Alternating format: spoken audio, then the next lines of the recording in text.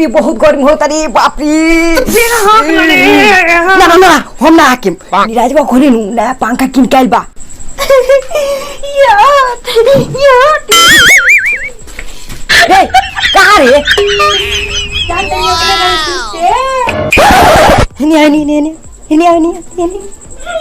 नहीं सरऊ भागा दी तो मौका सन के मुंह बना के चलीब ओह नो चल चुरा लिया ये पंखावा ना हम ना जाम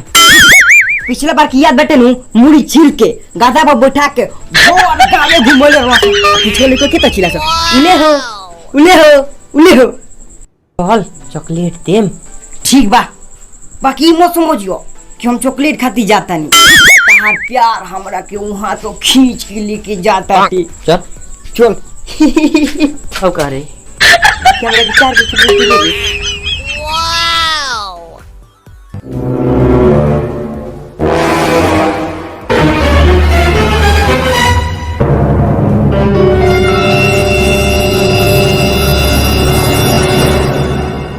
पार्टनर या वो दिन दूर नहीं खे हो कि हमने के दोनों भाई टंगड़ी पसार के पंखा के लगे सुतई रे या आज मजा आ गई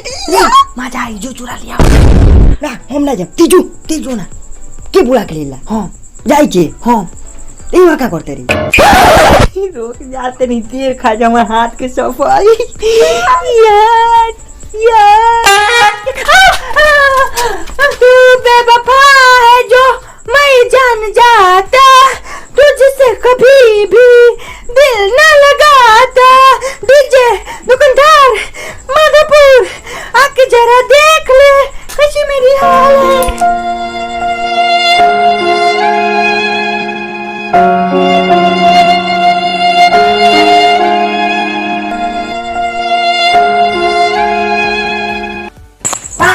है इस साल में ढेर आगे लौटे बा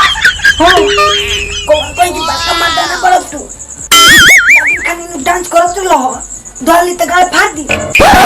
छोड़ कोनो बात नहीं की और पूरा प्लान के साथ चलो जाई और के फाटा लेके चलो जाई हां और कुछ बोली तो मार के कपाल फोड़ दी हो जाए हां की को से बोली चल रे वो ते पा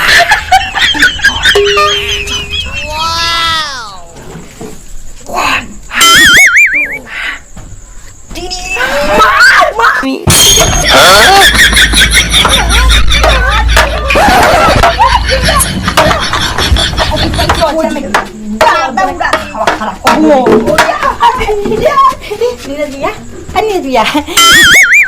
फाटा चोरी होता अपना लोग तो चोर तो बच्चा का मरियो ठीक बा ये देवे रे भैया जाता नहीं सर कुछ तो गड़बड़ जरूर बा तबे दोनों बार आवत ना सब काहे ना मरियो श्री मार के साला के गोड़ तू देवे के चाहिए तू बात रहा मुझे ना करत रहा तू तो हाथ में फटे ले रहा ता ना मारेला अच्छा छोड़ कोनो बात नहीं के ई बेर नु कुछ भी हो जाओ चोरा लेवे पता चोरा लेवे बा ओके पर एकदम सातिर दिमाग लगाओ जी बहुत खतरनाक हां चल वो चल लेके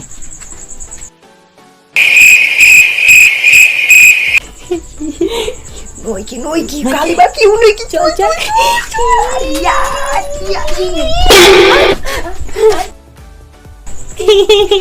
भैया ऐसा ने पंखा वाली किने के बारे तो दुकानदार का करा से नहीं चल लियो देख लेम तो ऐसा ने पंखा मंगा दे ओई खाती अगर कहबा तो ले जाम सन ना तो धातम सा भैया का कहता रहा हमने के बात क्या बा चला कर सका ये तने सकल से तो अच्छा लागत है बाकी है ये साला चुहार खाने लगता ठीक कहता रहा भैया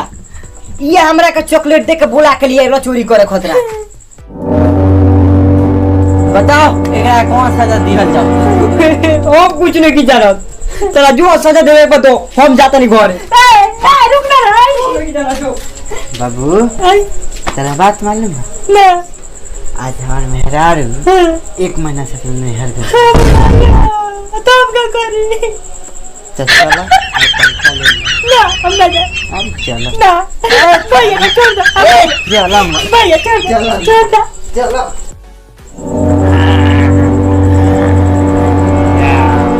कहाँ बोले बुलाओ तो पंखा चुरा के लिया दे लो अरे यार पूरा 20 मिनट जंग लड़ के पंखा लिया बनी एकदम पानी छोड़ा दिल नियम तो चोर टोंगड़ी पसार के सुन उठा ले चल पंखो के कि तू रखे हाँ लगे आराम से